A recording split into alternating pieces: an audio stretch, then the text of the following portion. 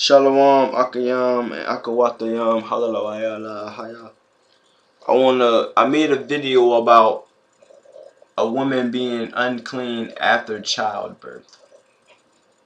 And I said I was going to make another video on how the unclean is, the uncleanliness would be of a woman if she didn't have a childbirth, like if her period. The uncleanness of her period, and the laws on what happens during her period, or a woman's issue. I'm going to do a man's issues next. But this issue we're talking about right here is natural for a woman. A woman doesn't say, "Oh, I'm old, make me have." She doesn't make herself have her period. You know? So this is why I want to touch on this, because there's things she has to do, and there's a law she has to go by when she has her period. She has to do this when she has her period. And I don't believe women do things like this. You know, like the priest situation and stuff. Let me go ahead and read it. Let me stop talking. Let's see what the word says. I'm going to read Leviticus chapter 15.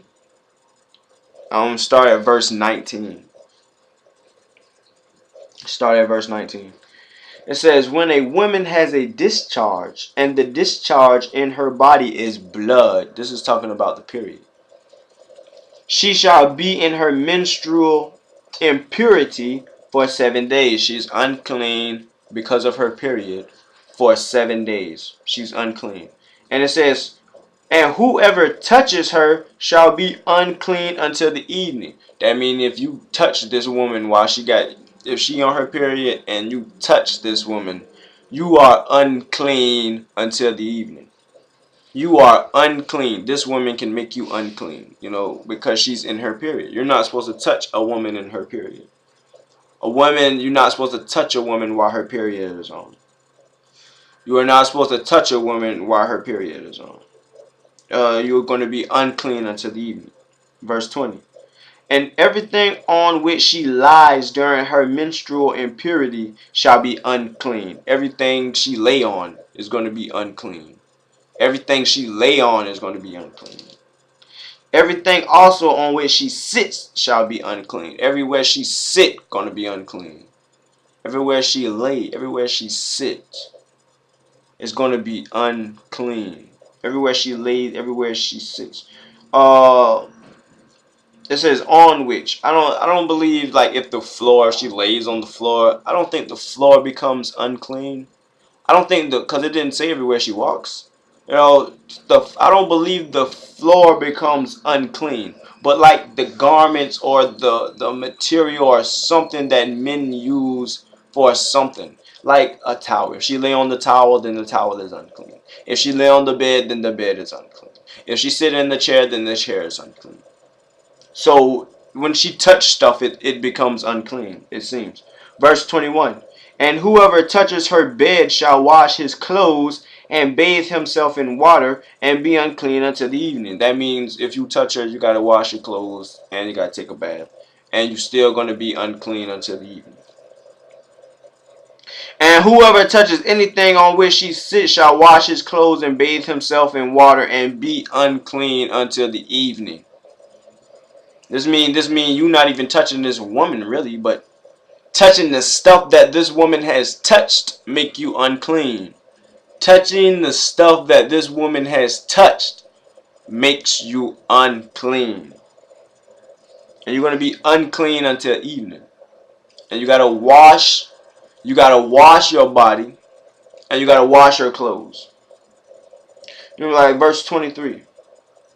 Whether it is the bed or anything on which she sits, when he touches it, he shall be unclean until the evening. And if any man lies with her, and her menstrual impurity comes upon him, he shall be unclean 7 days, and every bed on which he lies shall be unclean. So if a man have sex with a woman, she might not be on her period. But then he have sex in her period, come on. Both of them, it's like both of them just had a period. They both unclean for 7 days. Everything she lay on unclean. Everything he lay on unclean. See now, man, you don't know. Somebody could be out here just defiled up, touching you up. Just be out here defiled up and touching you. That means you catch their defilement. It's like a contagious disease. The uncleanliness. So, and this is serious because the Most High put it in the book. This is serious because the Most High put it in the book. Verse 25.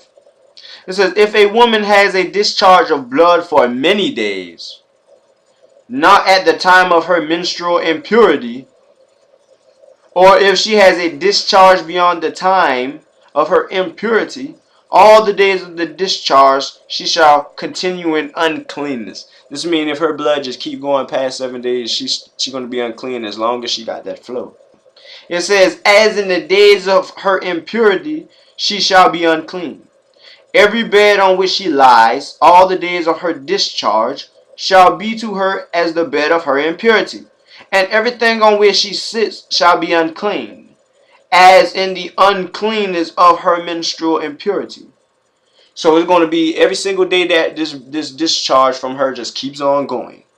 She's going to be unclean. I would suggest have a room that's specifically for this situation. Have a room that's specifically for this situation in your house. Like, yeah, that's her room, the one on her period. That's her period room. You feel what I'm saying? Have a room specifically for the situation, and you'll know how to control it. You feel what I'm saying? She'll know that she's under some kind of law that she probably should stay in the room. Like, she probably should stay in the room. People can come in, they'll probably catch the defilement. You know, but then they have to wash themselves. They'll have to wash themselves. They can wash themselves, you know, and their clothes. They have to wash their clothes and wash themselves. And we got to understand, if a man goes and touches her and gets the defilement until the evening, he can't eat anything until he washes his clothes and washes his body. We got to understand that too. Verse 27.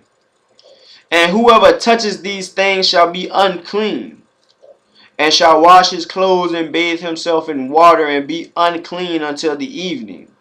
But if she is cleansed of her discharge, she shall count for herself 7 days, and after that she shall be clean.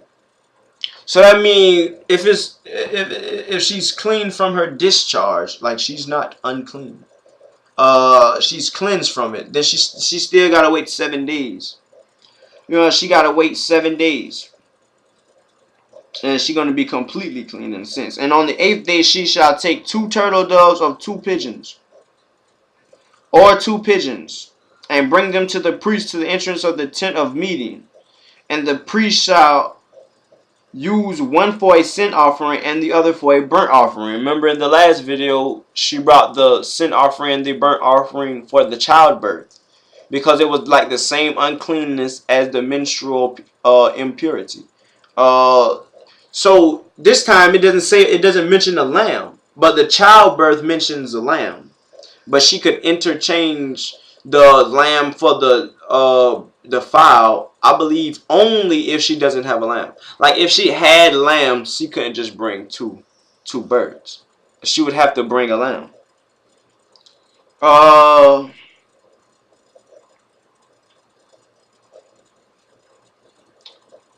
Verse 30. You know, the priest's going to offer the sacrifice for her. She has to bring this on the 8th day after the 7th day, after being clean from her discharge. And the priest shall use one for a sin offering. What we read, let's go. And the priest shall make atonement for her before the Lord for her unclean discharge. It says this, I'm going to read this. Thus you shall keep the people of Israel separate from their uncleanness, lest they die in their uncleanness by defiling my tabernacle that is in their midst. So we got to keep the people clean. We got to keep the people clean. We have to keep the people clean. Being perverted in mind deals with a lot of uncleanliness. Being perverted in the mind deals with a lot of uncleanliness. I'm gonna do on the law about a man spilling seed or putting seed into a woman. I'm going to do a law on the laws on that also.